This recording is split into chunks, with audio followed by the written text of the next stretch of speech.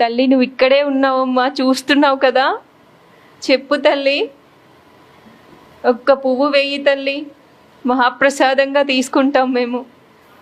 మాట్లాడు తల్లి, నువ్వు ఇక్కడే ఉన్నావు, నువ్వు చూస్తున్నావు అన్నీ, నాకు తెలుస్తుంది. నీకు పూజ బాగా నచ్చింది కదా.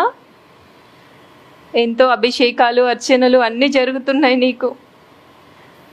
అమ్మా ఒక్క పువ్వు వేయి తల్లి, మాట్లాడమ్మా, కదిలించు తల్లి. ఎన్నోసార్లు ఇలా వరం ఇచ్చావు నాకు. వేయమ్మా, వేయి తల్లి.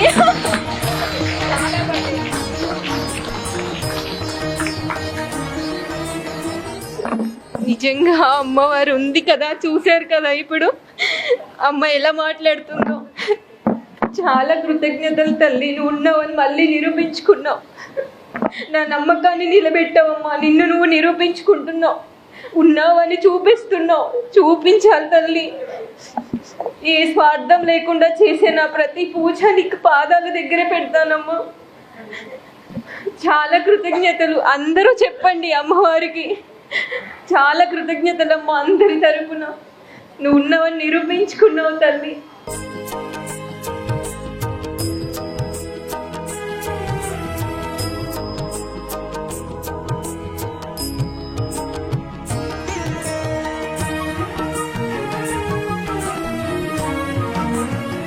ప్రశాంతి గారు నమస్తే. చూస్తున్నాం అసలు అమ్మవారి కరుణ కృప అంటే అసలు ఎలా సాధ్యం, మీకు అమ్మవారికి మధ్య ఉన్న అనుబంధం ఎలాంటిది అసలు చూస్తున్నాం. పువ్వు అడగగానే పువ్వు ఇవ్వడం ఇది మొదటిసారి కాదు, ఎన్నో సార్లు చూసాం.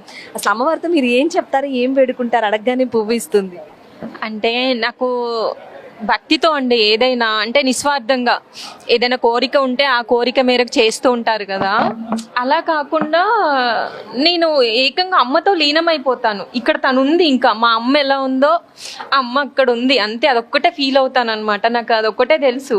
అంటే మనసుని మల్లె పువ్వులాగా ఆమె పాదాల దగ్గర పెట్టేసి, అమ్మ నువ్వు ఉన్నావు కదా, నాకు ఒక్క పువ్వు ఇవ్వు నేను పెట్టుకుంటాను, లేదా కొంచెం కుంకుమ ఇవ్వు, లేదా అక్షింతలు ఇవ్వు అంటే ఆయా సందర్భాలు ఆ పూజల్ని బట్టి రెగ్యులర్గా కాదండి, నాకు అనిపిస్తుంది. నేను అనిపించినప్పుడు అడుగుతాను అనమాట. చాలా పూజలు చేశాను, ఇంకా నాకు రిఫ్లెక్ట్ అవుతా అమ్మకి, ఇంకా అడుగు నన్ను అన్నట్టు అనిపిస్తుంది అనమాట. నేనున్నాను నీకు అని చెప్పేసి.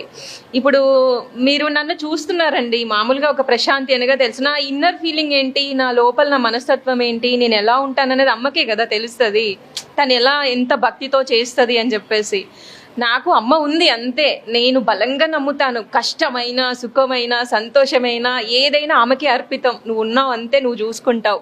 అదొక్కటే నాకు తెలుసు. మంచి భక్తితో చేయడం తెలుసు.